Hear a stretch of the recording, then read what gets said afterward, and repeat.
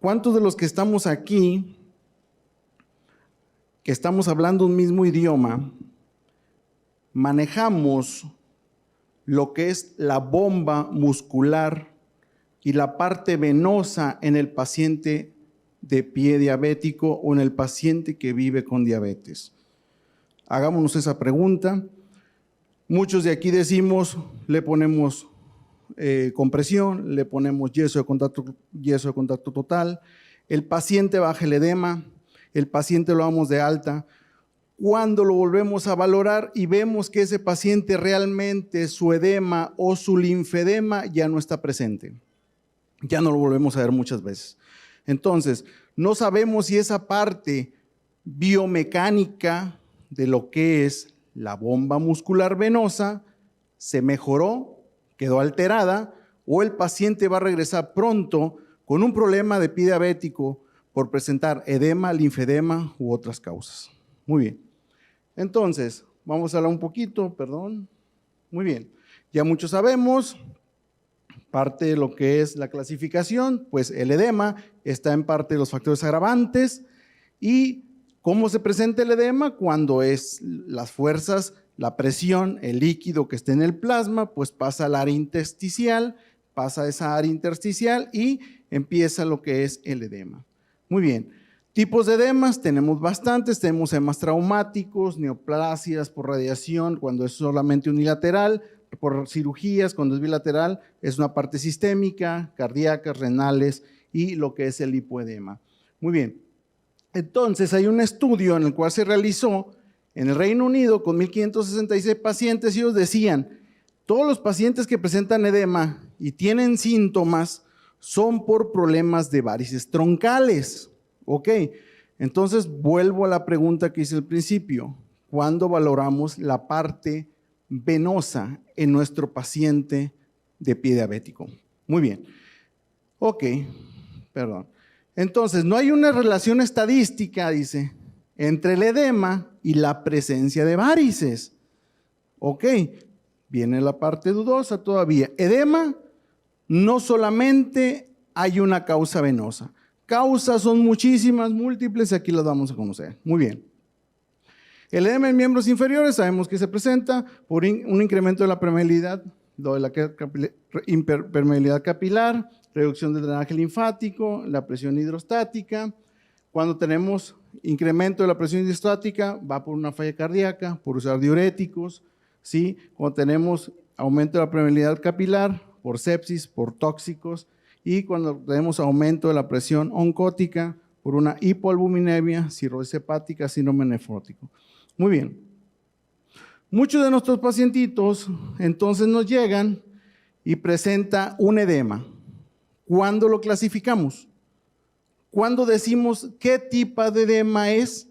Y la parte más importante, ¿es edema o es linfedema? Porque son diferentes y el manejo es totalmente distinto. Entonces, si tenemos un edema de tipo venoso, pues tenemos que investigarlo, ver si es por una parte mecánica, buscar obstrucciones, trombosis sobre todo, o si es funcional, insuficiencias. Importante, aquellos que tienen entrenamiento, agarrar un ultrasonido, valorar su sistema venoso, pero ahí va la parte importante, ¿el sistema venoso profundo o el sistema venoso superficial? La mayoría de aquí probablemente digamos, o nos vamos a decir, el superficial, porque es el que presenta edema. No, es el sistema venoso profundo y el que tenemos que valorar son las venas gastronemias, que son las partes más importantes y son parte de las que están causando ese edema. Muy bien, cuando es edema de tipo venoso. Muy bien. Linfático, cuando es de origen linfático hay una prueba importante, un signo importante y que lo vemos en el pie, el signo de Stemmer, ¿sí? Lo presenta el 82% de los pacientes. ¿Cómo es este signo? Está bien fácil, agarrar el segundo dedo, hacer un pellizcamiento, el paciente se va a quitar, le va a tener dolor y va a quedar deprimido esa presión en el dedo y eso significa que el paciente tiene un linfedema. Además, está presentando lo que es la joroba de búfalo en lo que es el dorso del pie y la piel de naranja. yo creo que todos sabemos y distinguimos la piel de naranja. Edemas infecciosos, manejar esa infección para que el paciente empiece a mejorar lo que es el edema, pero siempre tener en cuenta la parte venosa y lo que es el edema ocupacional o postural. Estos pues vienen por problemas de lo que es, puede ser problemas de bomba, problemas por ejercicio, problemas por inmovilizar. Muy bien. Otros síndromes que causan también edema y tenemos que tener importancia, esclerodermia, síndrome de Cres, la crocianosis y la eritromelalgia. Las causas, como les dije al principio, de edema son muchísimas. Cuando las investigamos, vean todas las causas que pueden presentar edema, pero son de menos frecuencia. Son muchísimas y todas van en problema al edema de tipo venoso o de problemas de edema a miembros inferiores. Muy bien. ¿Hacemos semiología? ¿Buscamos edema? No, pues tiene infección, tiene edema. ¿Lo manejo? El gold estándar nos dice que el manejo de edema es vendaje compresivo, es el gold estándar. Vendaje compresivo, vendas compresivas. Por ahí mencionábamos, todos los pacientes le podemos poner vendas o medias. ¿De qué compresión? Alta, mediana, baja, ¿sí? ¿Qué tipo de vendaje hacemos? Normal en espiga, ¿sí? O usamos medidas especiales. Muy bien. Diagnóstico clínico, si es edema, buscar el signo de Godet, signo de la fobia, eso todo lo conocemos. Y la valoración del edema, saber cuál es la distribución del edema, la consistencia del edema blando, edema duro, lo sabemos. La coloración es importante porque eso nos va a decir también si el paciente está presentando un problema infeccioso. La temperatura y la sensibilidad. Ok. Hace rato decíamos edema o linfedema.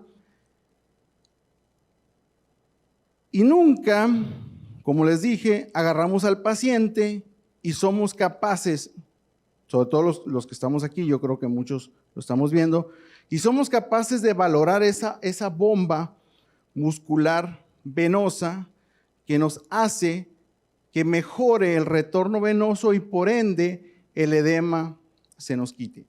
Y sea una parte fisiológica, que es la que queremos mejorar. Recordemos que el paciente diabético, lo platicamos hace días, que está en sarcopenia, el paciente diabético que está en neuropatía, con más razón su bomba vascular venosa va a estar sin movimiento. Y si nosotros todavía somos capaces de no valorar, pues vamos a continuar con esa falta de movilidad o esa parte biomecánica. Muy bien. Algo que ya lo sabemos, filminas que nos regala el doctor Armstrong, regaló los 15, regaló los 50, eso ya lo sabemos, yo creo que no es importante mencionarlos. Las etapas del pie diabético, ya todas las sabemos, las hemos estado repitiendo todo el día de hoy, ¿sí? Pero lo que nos compete es el edema. Muy bien. Entonces, la mala circulación sanguínea, la nefropatía, secundario a medicamentos, retinopatía diabéticas. Los pacientes que presentan edema, 18 a 24 pacientes después de una amputación van a presentar edema. Y ahí también existe lo que es el redema, el edema de reestructuración cuando tienen un problema de amputación. Muy bien. Parte de lo que es las etapas, lo que es la etapa 1, la etapa 2 o el foot attack y la etapa 3 que es el pie de remisión. Causas para manejar el edema, saber todas las causas que pueden presentar edema, causas sistémicas, múltiples, falla cardíaca, falla hepática, nefropatía, problemas endocrinos, anemias, glicemias. Ok. Vendaje de Jones. Vendajes múltiples, ¿sí? Alargamiento de los gastrocnemios. Si se dan cuenta, la mayoría hacemos compresión, vendaje de Jones, vendajes múltiples. Yo agrego alargamiento de los gastrocnemios. Yo te lo voy a explicar por qué. Tratamientos médicos que utilizamos para el edema, fibrinolíticos, venotropos. Hace rato el doctor Orlando nos decía por ahí, porque dentro de los diuréticos ahorradores de potasios, le decía el doctor ahorita, Carlitos, hermano, le decía, yo uso en mi país mucho el espironolactona, ¿es la verdad? Bueno, pues ahorita el doctor Orlando, nos habla de la finrenone, ¿verdad? Que hay que hacer cambios para empezar ya a mejorar esto, ¿no? Muy bien. Vendajes, ¿cuándo están indicados los vendajes? Cuando es un problema para prevenir lo que es la exacerbación del estado venoso, en varicosis, en insuficiencia venosa, en edemas, posescleroterapia y prevención del síndrome postrombótico. Contraindicado en isquemia, en falla cardíaca congestiva, en flebitis, en sepsis y en flegmasias. Ok. Entonces tenemos que dentro de las 3 etapas de lo que es el pie diabético, el pie de riesgo, el foot attack y el pie de remisión, cuando valoramos lo que es la bomba muscular venosa o el gastrocnemius. Hay una teoría que nos dice que el gastrocnemius viene desde lo que son los cóndilos femorales, la parte posterior, nacen ahí y se insertan en lo que es la protuberancia posterior del calcáneo por un tendón que se llama tendón de Aquiles y ahí se acabó. Hay otra teoría que nos dice que esto continúa con una fascia, ¿sí?, pequeña, delgada, que posteriormente se va a continuar con otra fascia más engrosada, que es la fascia plantar. Entonces nace el sistema aquileo, calcáneo, plantar, que es la parte que más apoyamos. Muy bien. Gastrocnemios cortos, cuando lo valoramos, vuelvo a decir, y resulta que cuando tenemos gastrocnemios cortos tenemos muchas alteraciones en los pies. Y esas alteraciones de los pies, que pueden ser alteraciones también biomecánicas, nos puede estar ocasionando o nos pudo ocasionar un pie diabético. ¿Cuántos pacientes tenían un alus valgus y por problema de la deformidad, por uso de un calzado inadecuado, iniciaron con un pie diabético? ¿Y cuándo valoramos su gastrocnemios? ¿Cuántos pacientes tienen un problema de fascitis plantar, una artrosis de Hirschsprung, ¿sí?, una inestabilidad subastragalina que le hemos estado hablando muchas veces, y hemos sido capaces de agarrar al paciente y agarrar su tobillo, su pie, aunque tenga el ataque agudo, el foot attack, y valoramos la flexoextensión del tobillo? Cuando sabemos que la flexión dorsal son máximo 25 grados y la plantar son máximo 45 grados. ¿Cuándo lo vamos a hacer? Yo pienso que de aquí en adelante todos, agarrar un goniómetro, comenzar a valorar los ángulos para determinar si ese paciente tiene un problema de gastrocnemios cortos, para evitar posteriormente entonces úlceras venosas, porque las úlceras venosas, recordemos que también nos llevan a un pie diabético posteriormente si no las sabemos manejar. Nos puede llevar a un pie de riesgo por las deformidades que nos está causando este problema de gastrocnemios, nos lleva por ende a un ataque agudo.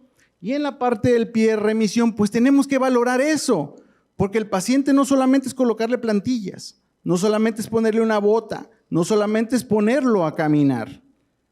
Hay que ver la parte biomecánica, hay que ver la parte neuromuscular, sobre todo de gastrocnemios, y saber el paciente cómo posteriormente no va a regresar por un nuevo ataque de pie diabético. Muy bien, muchas gracias.